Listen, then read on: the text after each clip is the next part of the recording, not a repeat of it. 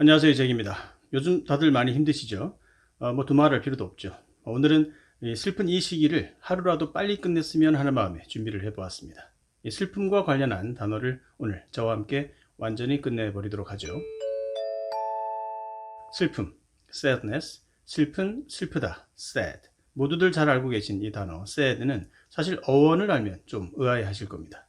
sad의 고대 영어 sad는 가득 찬, 음식과 마실 것이 가득 찬 상태를 표현하는 단어였었죠. 그래서 어근 essay 부분은 satisfy, 만족시키다라는 단어에도 들어있고요. saturate, 물로 흠뻑 적시다, 포화시키다 같은 뭔가 넘치도록 채워주는 단어에도 찾아볼 수가 있습니다. 만족이라는 말은 한자어죠. 가득할 만자를 보면 물수변이 있는데요. 이 조어의 원리가 영어와 한자가 비슷한 경우가 많은데 이 경우에도 그렇습니다. 하여간 이렇게 sad는 넘치는 만족과 관련이 있는 단어라서 전혀 슬프지가 않은데 왜 슬픈 의미를 가지게 되었을까요? sad는 이렇게 모든 것이 충족이 되었을 때 그 뒤에 따라오는 허탈함, 허무함, 이때 느끼는 슬픈 감정을 이제 뜻하는 단어라는 그런 해석이 있더군요. 사실 슬프더라도 좀 넘쳐나 봤으면 좋겠다 하는 생각이 드는군요. 그렇게 다 가져서 허무한 슬픈 감정은 대체 어떤 것일까? 잘 모르겠습니다만 일단 해석의 출처를 명시해 두었습니다. 참고하시고요. sorrow, 큰 슬픔, 비애. 슬픔, sadness 외에 또 슬픔의 뜻을 가진 단어 sorrow가 있습니다. 이 사전에서 찾아보면 큰 슬픔, 비애 이렇게 나오는데요. 그런데 sadness와 sorrow는 그 무게가 다른 슬픔입니다. sadness는 그냥 일반적으로 슬픈 거, 우울해서, 불쌍해서 눈물이 핑 도는 그런 슬픔이라고 할 수 있고요. sorrow는 사전에서도 이제 큰 슬픔이라고 되어 있듯이 괴로움이 동반된 슬픔, 사랑하는 존재를 잃었을 때의 비통함, 또는 후회나 죄책감이 동반된 괴로움 같은 그런 종류의 큰 슬픔을 의미합니다. 예문 보시면 It was a great sorrow to him when she left. 그녀가 떠나갔을 때 그것은 그에게 엄청난 슬픔이었다. 그렇죠. 얼마나 슬프고 괴롭겠어요. 그러고 보면 sorrow는 단어 자체가 딱 슬픈 느낌이 듭니다. sorrow, 서러워. 그죠? 자, 이렇게 서러워하는 친구에게 다가가서 조용히 이렇게 말을 해줍니다. I'm sorry, man. Sorry?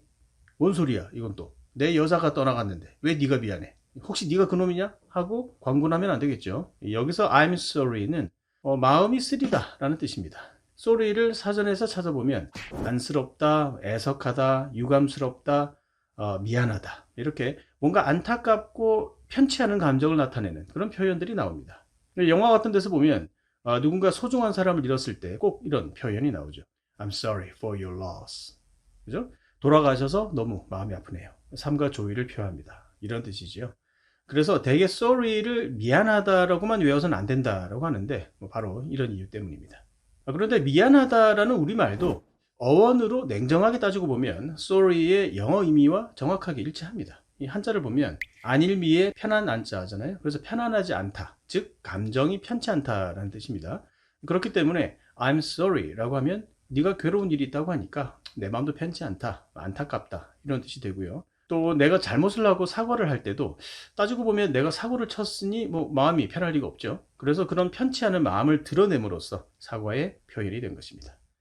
하여간 sorry는 이렇게 마음이 아픈 것, 속이 쓰린 것을 의미하는데 뭔가 나한테 계속 쏘아대면 아프고 따갑잖아요. 그래서 sore는 아픈, 화가 난, 명사로는 상처의 뜻을 가진 단어입니다. 예를 들어 목이 아플 땐 I have a sore throat. 목이 아파요? 이럴 때 쓰는 표현이고요. 이렇게 sore, sorry, sorrow 이렇게 세 단어의 연관성을 생각하면서 함께 알아보았습니다. melancholy. 요즘 기분이 좀 멜랑콜리해 라는 표현을 들어보셨을 텐데요. 뭔가 이유는 알 수 없지만 왠지 우울한 기분을 표현하는 단어가 바로 melancholy입니다. 사실 우리에게도 익숙한 영단어이긴 한데 melancholy는 이제 의미도 그렇고 어원이나 유래도 그렇고 좀 복잡한 단어입니다. 앞에 멜론 부분은 검다는 뜻입니다. 그 멜라닌 색소 생각하시면 되겠죠. 그리고 콜리 이 부분은 담즙을 의미하는데 그렇다면 검은 담즙이 되죠. 이 고대 그리스 로마 시대에서 나온 사체 액설이라고 하는 의학 이론과 관련이 있는데 그 이론의 내용은 지금 중요하진 않고요. 필요한 내용만 말씀드리자면 사람의 몸은 네 가지 종류의 체액으로 구성이 되어 있는데 그 균형이 중요하다고 합니다. 그 물, 체액, 노란 담즙, 검은색 담즙 이렇게 있는데 이 중에서 검은색 담즙, melancholy 이 부분이 우울감과 관련이 있다고 합니다. 그래서 melancholy는 우울감이 되었고요. 참고로 이 콜리 부분은 어원으로만 보자면 약간 노란색을 띤 녹색이라는 뜻입니다.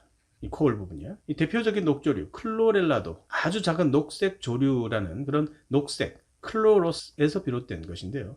이 80년대 클로렐라라면 기억하시는 분 계실 겁니다. 이 녹색 면발이라서 참 독특했는데요. 아무튼 클로로스, 녹색과 관련이 있습니다. 그리고 심지어 무서운 전염병 콜레라에도 이 녹색의 의미가 들어있습니다. 영어 발음은 칼로라이고요. 그런데 이 콜레라는 왜 녹색과 관련이 있는지 여러 이론 중에 노란색을 띤 연한 녹색의 담즙코올과 흐르다, 레인이 합쳐진 단어라는 주장이 있는데 개인적으로는 공감이 갑니다. 콜레라에 걸리면 극심한 설사로 인한 이 탈수 증세가 일어나는데요. 그 극심한 설사, 다이어리아의 색깔과 관련이 있다는 것이죠. 아무튼 콜레라라는 명칭은 비브리오 콜레라균, 영어로는 비브리오 칼레레이 또는 비브리오 칼레라라고 하는데요. 이 세균이 일으키는 수인성 전염병입니다. 이 비브리오는 우리가 또 이제 오염된 해산물을 먹으면 걸린다는 비브리오 폐혈증 때문에 이미 익숙한 단어인데요. 콜레라균을 이제 현미경으로 살펴보니 꼬리가 이 진동을 하면서 꼬물꼬물 움직이는 것을 보고 이 진동한다라는 의미를 가진 비브리오를 붙여서 비브리오 콜레라가 되었다고 합니다. 악기나 목소리 진동을 비브라토라고 하죠. 진동하다, 영어로는 vibrate, 명사는 vibration. TMI가 계속될 수 있으니까 여기까지만 하고요. 다시 melancholy로 돌아가서요. melancholy는 검은색 담즙의 불균형으로 인한 우울감이라는 유래를 가지고 있고 또 특별한 이유가 없더라도 우울한 기분, 바로 그것을 의미하는 단어가 melancholy다라는 것입니다. 자, 어떤 이야기나 영화가 너무 감동적이어서 나의 감정을 울컥하게 만든다면 그 이야기나 영화는 a touching story, a touching movie로 표현합니다. touching, 꼭 슬퍼서 눈물이 나는 게 아니어도 가슴 저릿한 감동을 준다면 touching, 아주 적절한 단어죠. 또 무슨 이야기를 하다가 갑자기 자기 서름에 맞춰서 또 옛날 생각이 갑자기 나서 울컥할 때가 있는데요. 그런 감정의 상태를 표현할 때는 emotional이 또 아주 적절합니다. 사실 오늘 꽤 많은 단어를 이제 다루고 있는데요. 슬프거나 우울한 기분을 이제 표현하는 단어들은 이외에도 우리가 잘 알고 있는 blue, 우울한, 그리고 gloomy, 예전 영상에서 한번 다룬 적이 있죠. 크머리, 꾸무리하다, gloomy, 우울한, 이런 단어들도 있고요. depressed, 이 단어도 많이 사용하죠. 뭔가 절망적이어서 우울할 때, 예문 보시면 I'm deeply depressed by the news, 그 소식 때문에 정말 우울했다. depressed, 우울한. 그리고 왠지 힘이 없고 기분이 좀 처진다 싶을 때는 I'm feeling low. 자, 이렇게 low, 기분이 처지는 low라는 단어를 쓰기도 합니다. 그리고 왠지 애절하거나 이제 뭔가 수심에 가득 찬 슬픈 표정 같은 것에는 doleful, 애절한, 이런 단어도 알아두시고요. 그런 슬픈 표정 짓지 말아요. 영어로 하면 Don't give me the doleful look. doleful의 어근, dol은 슬퍼하다, 비통해하다, to grieve의 의미를 가지고 있습니다. 그렇기 때문에 doleful, 슬픔으로 가득 찼으니까 애절한, 이런 뜻이 되는 것이죠. 참고로 condolence라는 단어를 보면 con, 함께라는 접두어죠. 그래서 condole, 함께 슬퍼한다 라는 뜻을 가진 명사가 되겠습니다. 그래서 조의를 표현할 때 정말 많이 사용하는 단어입니다. Please accept my deepest condolences. 진심으로 애도합니다. 자, 이런 느낌이죠. 그러고 보니 dole을 이미 해당하는 grieve도 슬퍼하다, 비통해하다 라는 뜻이니까 슬픔에 포함해야겠네요. sorrow처럼 특히 큰 슬픔, 비통을 표현할 때 grieve의 명사형 grief도 많이 사용합니다. 근데 음악이 애절하고 뭔가 구슬프다 이럴 땐 plaintive, 애처로운이라는 단어도 있습니다.